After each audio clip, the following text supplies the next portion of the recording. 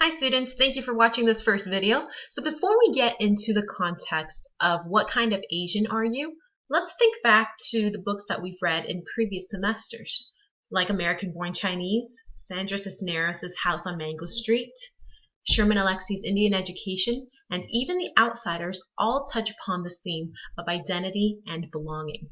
So before we get started on what kind of Asian are you actually means, we need to review these three key terms, and that's identity, stereotypes, and sarcasm.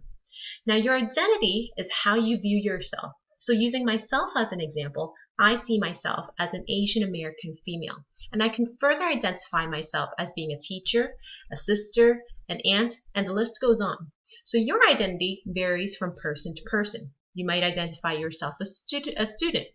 You could also identify yourself based on the languages you speak, like Spanish or Mandarin, and the list goes on.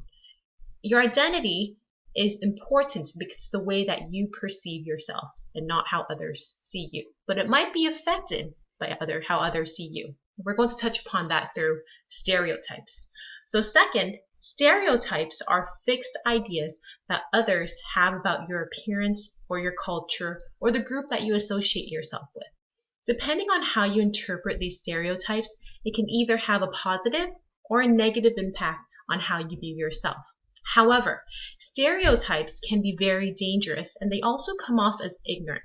Ignorant means a comment that's lacking knowledge, or it's coming from a person who doesn't really know the facts about that certain culture. So it comes off as an assumption that's usually wrong.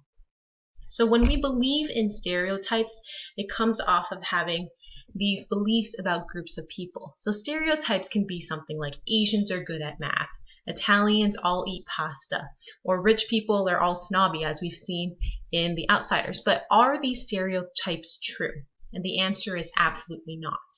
So we have to keep in mind how stereotypes alter our perceptions of others, because they can shed light on how people can be viewed negatively, but also positively. But what it comes off as are insults. And this is what Alex Dang really tries to get into as he's getting into his poem. So lastly, before we get into his poem, we have to also review the term sarcasm. Sarcasm is when a person tries to make a joke or a thought about a thought or belief and then tries to be funny about it, but also criticizes that belief at the same time to show how that person's belief is wrong or ignorant. So now that we've reviewed these three terms, click on the next video below to get more context about Alex Dang's poem.